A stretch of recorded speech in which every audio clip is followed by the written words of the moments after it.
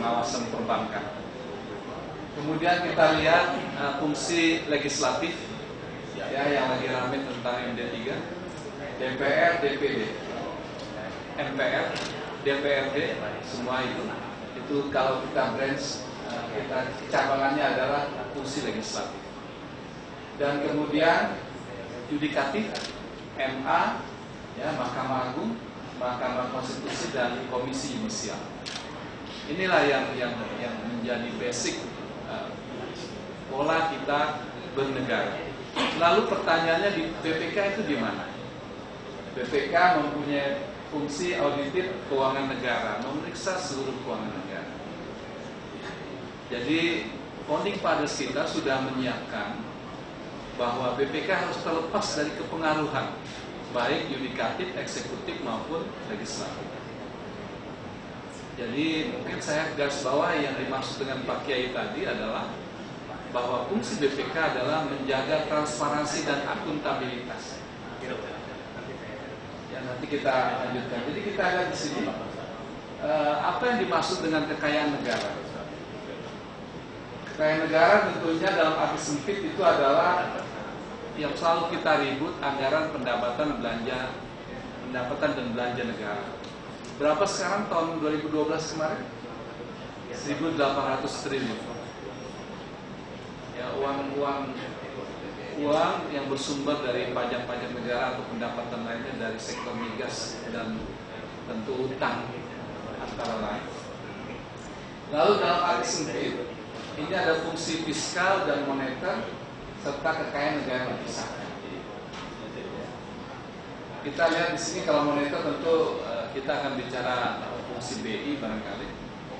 Tapi kekayaan negara dipisahkan, ini teman-teman, ini saya luar biasa bangga bahwa teman-teman dari pemuda PNI ini khususnya atau Nahdien mencoba untuk berpikir tentang fungsi strategis BUMN. Karena BUMN adalah kekayaan negara yang dipisahkan. Dipisahkan dalam arti tata cara dan tata kelola bagaimana mengoperasionalkan mencapai tujuan BUMN. Jadi APBN, ulangi BUMN. Jadi APBN mempunyai tata cara khusus dan kekayaan negara yang dipisahkan juga mempunyai tata cara khusus. Tata cara khususnya diatur dalam Undang-Undang Nomor 19 Tahun 2003 tentang BUMN dan Undang-Undang Nomor 40 Tahun 2007 tentang perseroan terbatas. Jadi kekayaan negara yang dipisahkan ada dua undang-undang yang melingkupi.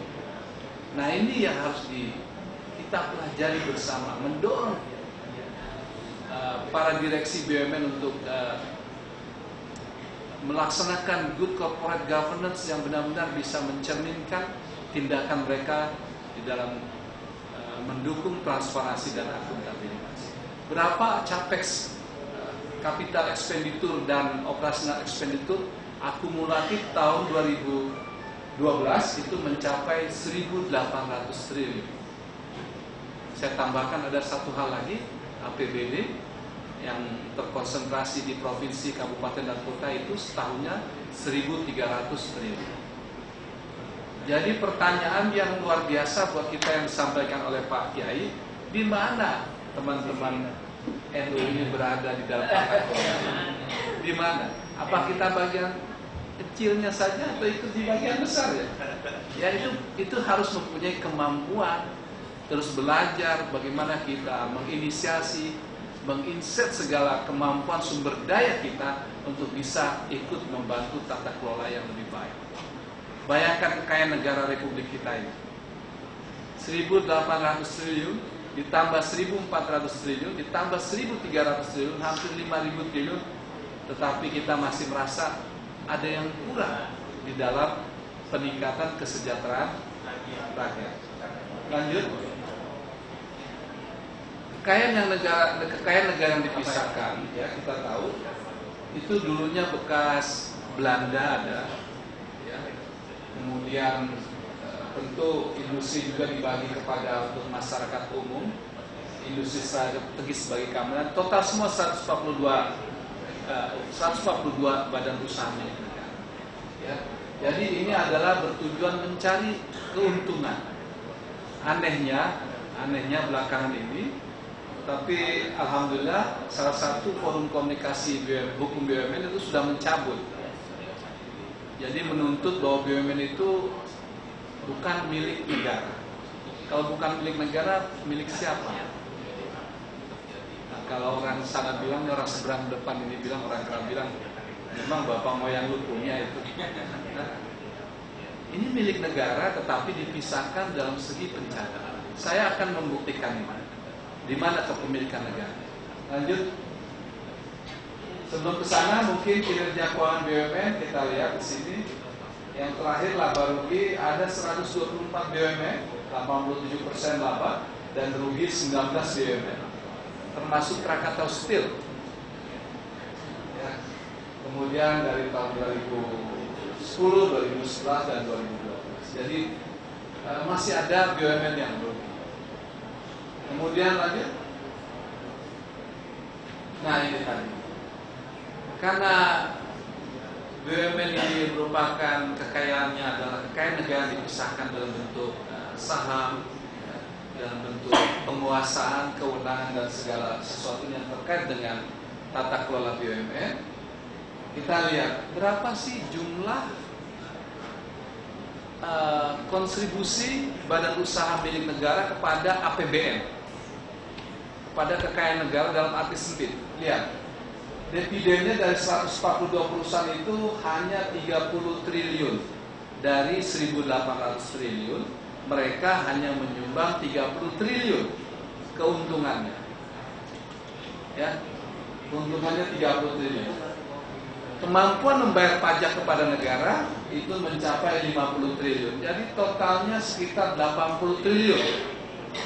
Mereka memberikan timbal balik kepada pemerintah ke APBN itu setiap tahunnya. Tahun 2012 hampir 81 triliun. Jadi itu timbal balik dari BUMN ke APBN. Lanjut.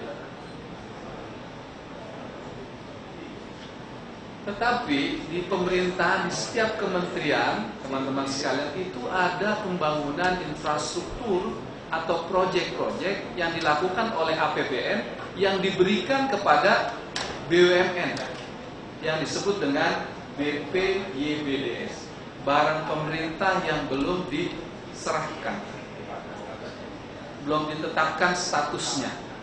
Banyak. Misalnya pemerintah membuat rel kereta api ganda, pemerintah membuat stasiun, sudah dibangun tapi belum diberikan kepada PT Kereta Api Indonesia. Pemerintah memberikan alat-alat komunikasi untuk air traffic control dari Kementerian Perhubungan, diberikan oleh APBN tapi belum diserah terimakan, statusnya belum disahkan. Itu mencapai, kita lihat, 48 triliun. Ya, akumulasi terakhir 48 triliun menurun sampai dengan 37 triliun sehingga aset BUMN bertambah. Jadi kita lihat bahwa ada uang yang masuk ke BUMN dalam bentuk barang, ya. Ada uang masuk ke APBN tadi 80 triliun dalam bentuk dividen dan pajak. Selanjutnya ini BPK. Saya sedikit mungkin yang lebih awal lagi, coba lanjut. Oh, kembali. Sebenarnya PMN itu di mana PMN? Penanaman modal negara. Ada di sini. Oh, dihapus. Jadi ada satu lagi, pemerintah itu memberikan tambahan modal, suntikan modal kepada BUMN yang terutama yang sakit, ya, itu senilai, dan ini dari APBN. Jadi ada uang masuk dari APBN ke BUMN. Jadi kalau ada yang bilang BUMN itu sudahlah suruh kelola sendiri oleh direksi, terus pemerintah tidak ikut campur, ya nggak fair. Ternyata kita buktikan di sini bahwa uang dari pemerintah melalui APBN itu masuk juga ke BUMN.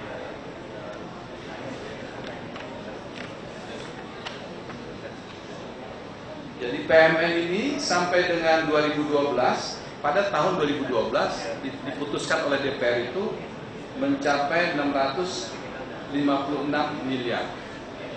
Ya. Di sana nggak ada ya. Selain itu, selain penanaman modal negara, ada lagi subsidi. Subsidi berapa ke BUMN? Hampir 350 triliun setiap tahun. Subsidi dalam bentuk minyak, BBM, subsidi dalam bentuk pupuk, subsidi dalam bentuk beras, kemudian PSO, Public Service Obligation, untuk tiket kereta api, kapal laut, apalagi benih. Jadi itu mencapai 350 triliun. Jadi dari 1.800 triliun, uang itu diberikan kepada BUMN untuk dikelola dalam bentuk subsidi termasuk PLN, ya, 350 triliun. Jadi ternyata bahwa BUMN itu masih juga mengekor, masih juga pemerintah ikut campur yang Pak Kiai bilang terhadap kepentingan BUMN, terutama yang khusus melayani hajat hidup orang banyak. Lanjut, dari 142 BUMN ada sektor perbankan. Ya, tadi sudah disampaikan, tadi kita lihat Mandiri, BRI, semua asetnya tadi sudah disampaikan. Lanjut. Kemudian di mana peran BPK? Jadi ini yang selalu saya sampaikan teman-teman sekalian, bahwa BPK itu adalah fungsi pengawasan kalau kita bicara siklus manajemen. Jadi kalau teori mungkin Cyril N. O'Donnell barangkali, planning, organizing, executing, and controlling. Setiap entitas, setiap aktivitas, setiap organisasi pasti, termasuk juga adik-adik, menyiapkan sesuatu kegiatan atau sesuatu organisasi diawali dengan perencanaan, pelaksanaan, dan kontrol. Tapi orang kita umumnya kalau sudah dikontrol itu, diawasi, sangat tidak suka. Nah, di dalam kontekstual negara, fungsi pengawasan itu dilakukan oleh Badan Pemeriksa Keuangan. Pengawasan itu adalah mempunyai beberapa tugas, mempunyai langkah-langkah yang harus dilakukan dari sejak perencanaan, karena nanti akan kembali ke perencanaan setelah pengawasan. Mestinya teorinya begitu berputar. Nah, kita lihat bahwa pengawasan itu dibagi atas monitoring, evaluasi, dan pemeriksaan. Jadi kalau sesuatu sistem pasti embedded, melekat adalah fungsi monitoring dan evaluasi. Pada akhir tahun baru dilakukan pemeriksaan secara menyeluruh. Bisa dilakukan secara investigatif. Badan Pemeriksa Keuangan fungsinya di sana. Kalau fungsi pengawasan, monitoring dan evaluasi dilakukan oleh OJK. Tapi kalau pemeriksaan dilakukan oleh Badan Pemeriksa Keuangan. Jadi BPK terlepas dari sistem. Nah, fungsi BPK, oleh karena itu saya mempunyai kebijakan ya, melihat kinerja perbankan itu. BPK ada 3 pisau tugas. Kalau boleh dibilang pisau analisis tadi disampaikan oleh Pak Kiai tadi. Pisau analisis kita ada 3, yaitu audit keuangan. Ya, audit keuangan. Audit keuangan ini menghasilkan opini. Opini itu adalah WTP, wajar tanpa pengecualian. Turun lagi, saya nggak ngerti tadi bahasa ininya, bahasa Arabnya tadi pakai. Kemudian ada di bawahnya WDP, wajar dengan pengecualian. Kemudian ada adverse, buruk. Yang terakhir adalah disclaimer, tanpa memberikan pendapat. Nah, kebetulan saya membawahi BUMN tidak melakukan audit keuangan. Audit keuangan BUMN dilakukan oleh kantor akuntan publik. Kalaupun diminta, BPK diminta oleh perusahaan film negara karena nggak punya uang untuk bayar kantor akuntan publik. Jadi BPK mengaudit keuangan, ditambah dengan SKK migas yang bentuknya belum kelihatan laki-laki atau perempuan SKK migas. Nah, kalau yang sulit-sulit BPK dikasih. Jadi itu, yang lainnya BPK tidak melakukan audit keuangan terhadap BUMN. Yang kedua, pisau analisisnya adalah audit kinerja. Kinerja, ya tentu kinerja bicara ekonomis, efisiensi dan efektivitas. Ekonomis tentunya bagaimana pengeluaran yang dilakukan setiap inputan itu dilakukan secara semakin kurang, spending less, semakin berkurang, semakin bagus dalam rangka output yang lebih besar. Kemudian efisiensi itu adalah menggunakan dengan bagus, sesuai dengan kebutuhan. Nah, kemudian efektivitas tentunya dengan wise, dengan bijaksana. Nah, BPK melakukan audit kinerja ini kepada bank dalam rangka meningkatkan efisiensi. Lanjut. Saya berani bertaruh ini, ya.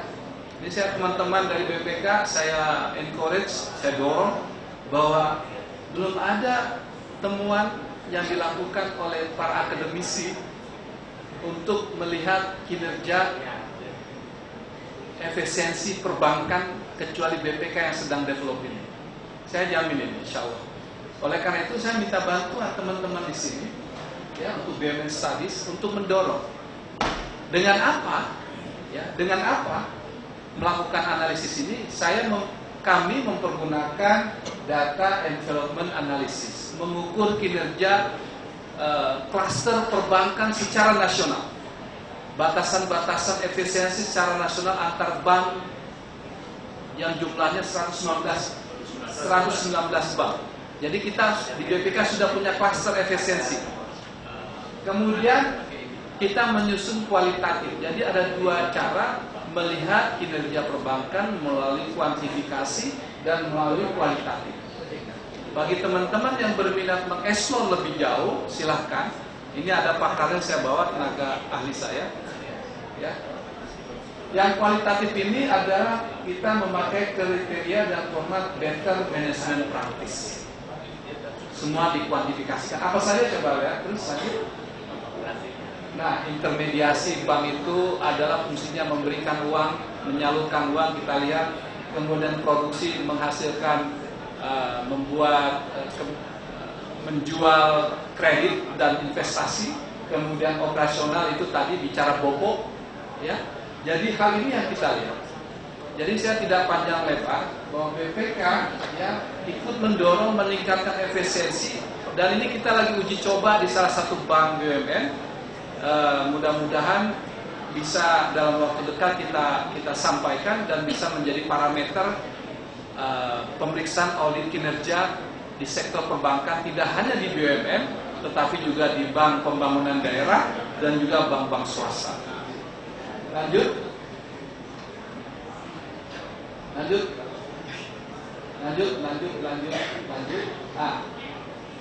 yang terakhir, ini ada salah satu contoh kenapa begitu perlunya BPK mendesain, mendrive audit kinerja berdasarkan BE dan BNP tadi. Ada satu bank yang dinyatakan sehat masuk rating berdasarkan indikator keuangan, namun diuji dengan Better Management Practice kualitatif, ternyata menunjukkan hasil yang berbeda. Ternyata pinjaman itu lebih banyak digunakan untuk konsumtif, untuk kredit kinerja, tidak mendorong pertumbuhan ekonomi lainnya untuk mikro dan segala macam. Jadi kita lihat hasilnya adalah ternyata Better Management Practice ini hanya 12,49% yang bisa menggulirkan lagi pertumbuhan ekonomi masyarakat. Jadi satu hal ini teman-teman di BUMN Studies di-explore, kami welcome untuk bisa saling asuh. Yang kedua, saya titip, ini saya sampaikan karena tadi Pak Kiai sudah menyinggung. Ada penelitian mengenai intervensi pemerintah di sektor perbankan. dan itu sudah jelas di sektor perbankan itu adalah kredit KUR. Ya, saya mengindikasikan KUR itu adalah intervensi pemerintah menitipkan suatu program kepada pemerintah bank nasional untuk menjalankan ini dalam rangka mendorong. Tapi kita akan lihat efektivitasnya. Nah, ini adalah medan bagi teman-teman yang mau belajar mengeksplor tentang BUMN. Barangkali itu yang bisa saya sampaikan. Mudah-mudahan dengan kedatangan saya ini teman-teman bisa memahami tentang fungsi BPK. BPK tugasnya mendorong transparansi dan akuntabilitas. BPK tidak bertugas memenjarakan orang lain. Tidak.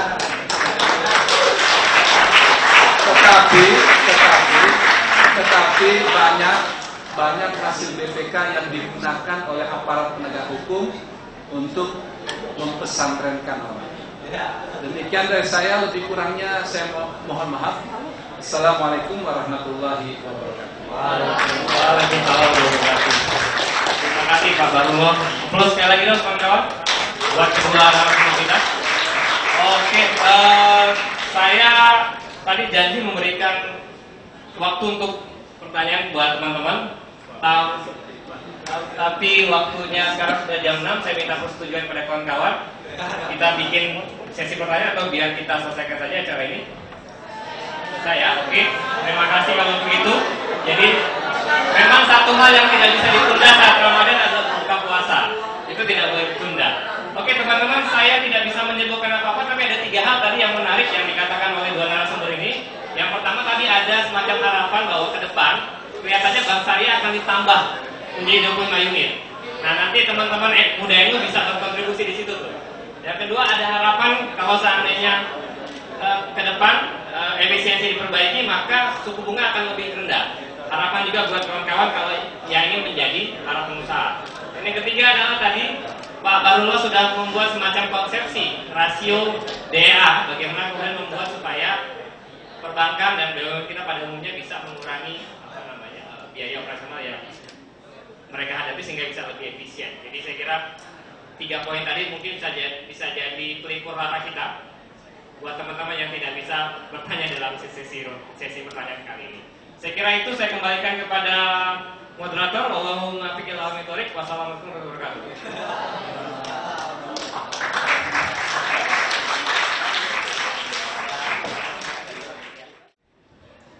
Oke, terima kasih. Itu adalah salah satu acara kita, acara inti kuliah umum.